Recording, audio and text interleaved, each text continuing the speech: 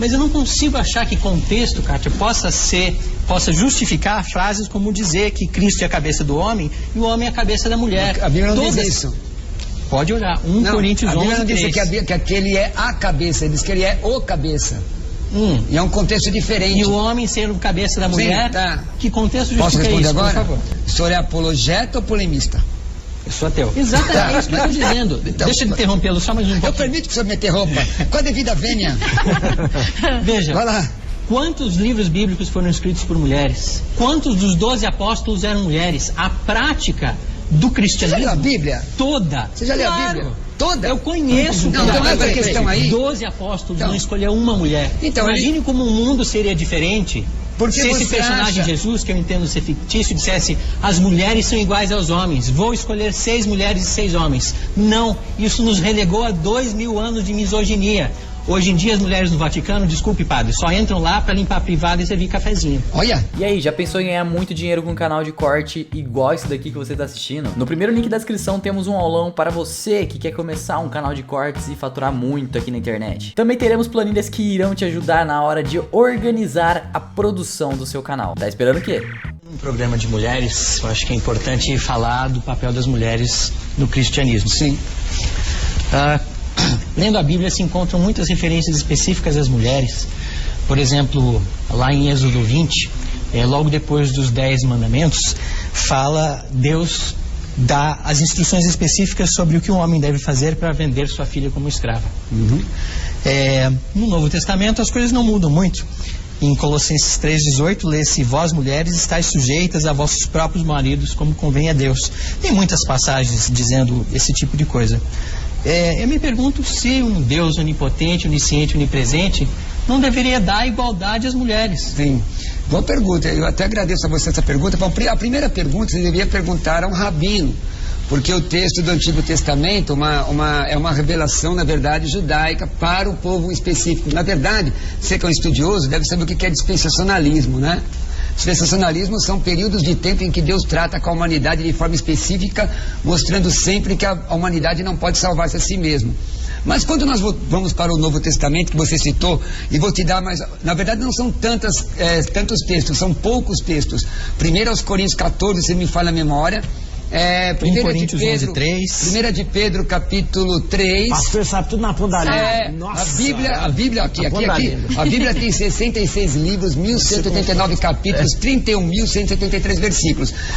Para ser um homem de Deus e ministrar, tem que falar do que conhece. Eu sou menor dos meus irmãos, mas o Espírito Santo nos dá graça. Na verdade, o texto fora do contexto já era pretexto, não é assim?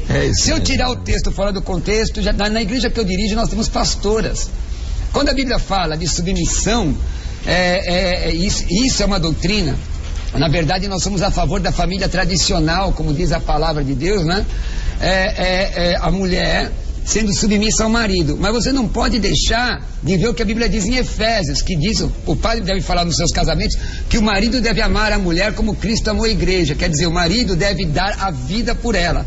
Então, se você isolar um texto da Bíblia, você vai poder criar uma série de doutrinas. Vou te dar um exemplo. Padre, o senhor que é um estudioso da Bíblia aqui, Jesus Cristo ensinou antropofagia, o canibalismo, mas ele disse que aquele que não comer da minha carne, não beber do meu sangue, não tem parte comigo.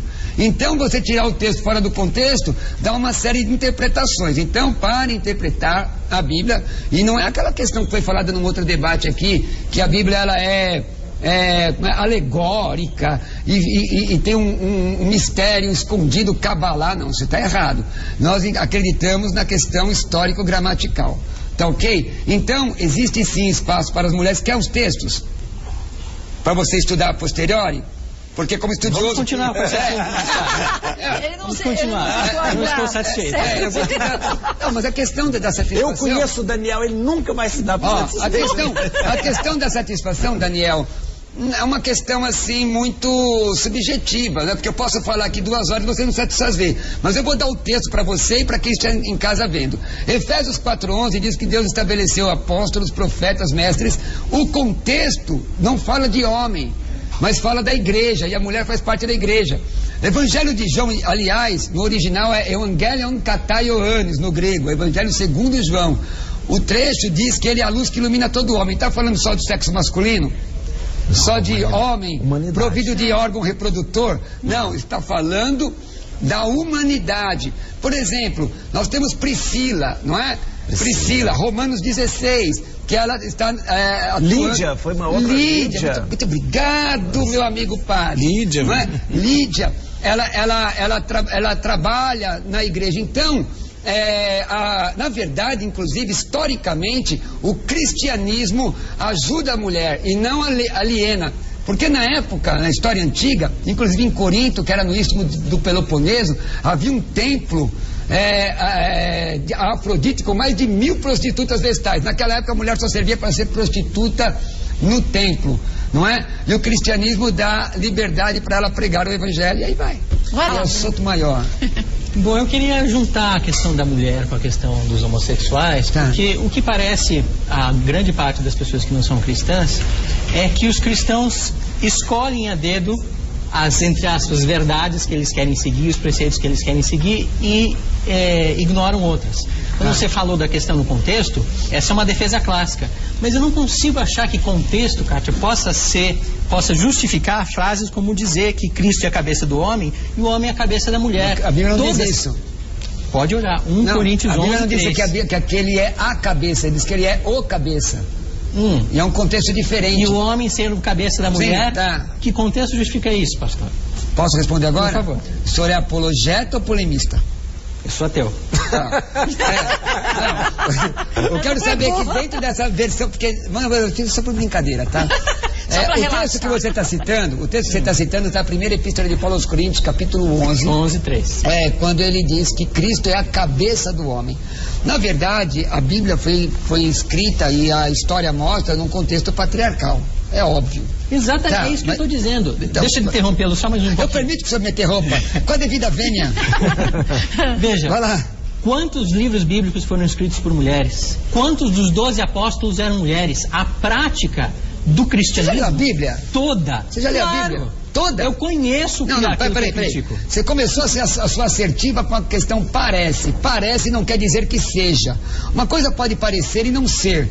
Para ser, você tem que conhecer. Você tem que entrar dentro da questão da teoria do conhecimento, por exemplo, epistemologia. Vamos voltar ao assunto? Não, mas eu estou voltando. Eu estou te dando o quadro para chegar lá. Porque não adianta chegar aqui no 2 milhões de pessoas e jogar uma assertiva. Muito simples, então essa questão aí... 12 apóstolos não escolheu uma mulher. Imagine como o mundo seria diferente se esse personagem Jesus, que eu entendo ser fictício, dissesse: as mulheres são iguais aos homens, vou escolher 6 mulheres e 6 homens. Não, isso nos relegou a 2000 anos de misoginia. Hoje em dia as mulheres no Vaticano, desculpe padre, só entram lá para limpar a privada e servir cafezinho. Olha, não, as mulheres vou bater pra baixo. Mas essa batina, eu vou ficar no meio dessa batina. Não pode.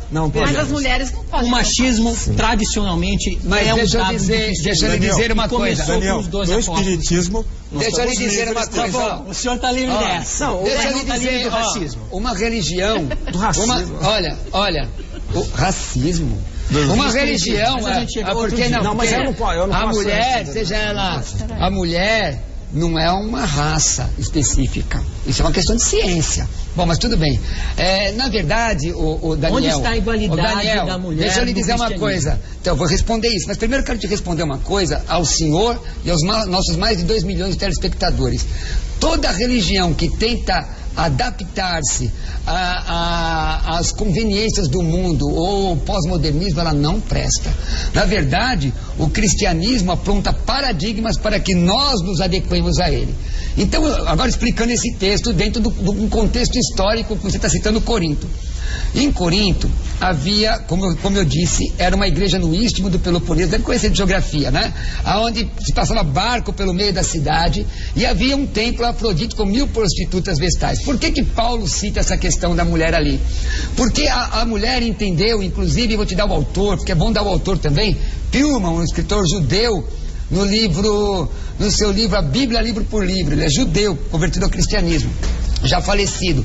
Ele explica que as mulheres naquela época entenderam a mensagem da liberdade de Paulo equivocadamente, né? E elas, por conta da liberdade, que conhecereis a verdade vos libertará, elas tentavam ser iguais às prostitutas do templo de Afrodite. E isso causou uma celeuma. Você vê que isso acontece lá. Quando você interpreta o texto, você tem que interpretar o texto. Isso é doutrina? Isso se aplica só àquele lugar? Por que que Jesus não escolheu uma mulher? Primeiro, Jesus não era legalista. Ele era supralegalista.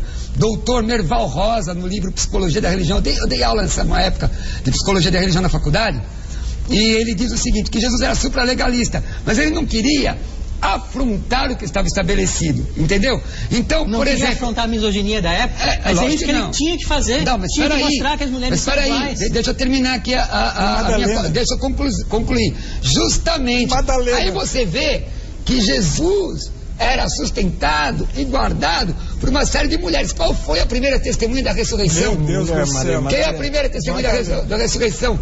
Então, você vê o cristianismo, porque veja, o senhor está tirando o texto, eu estou lhe respeitando. O senhor está tirando o texto fora do contexto. Eu estou mostrando a amplitude da revelação bíblica com relação à mulher. Tem um texto de Esther. Esther é homem ou mulher? Mulher. E Débora? Que não foi escrito por uma mulher. Mas o caso de... Mas quer dizer que o senhor se firma no fato de ser escrito para nós o principal. Só um minutinho, Padre. Para nós o principal é que a orientação da Bíblia, eu sei que o senhor não crê, mas para nós é a orientação do Espírito Santo. Qual é o livro que chama a pessoa pelo nome antes dele nascer? Não é a Centúrias de Nostradamus, não, é a Bíblia. Qual é o livro que diz que uma nação ia nascer num dia só? Está lá no livro do profeta Isaías, é a Bíblia. Tá, Bíblia, os livros. No meu entendimento, o senhor não crê, mas no meu entendimento é a palavra de Deus que pode mudar a sua vida. Ajude com o crescimento do canal Fé em Ação, curte esse vídeo, se inscreve no canal e compartilhe pelo menos com uma pessoa para abençoar a vida dela. Conto com a sua ajuda, que Deus lhe abençoe.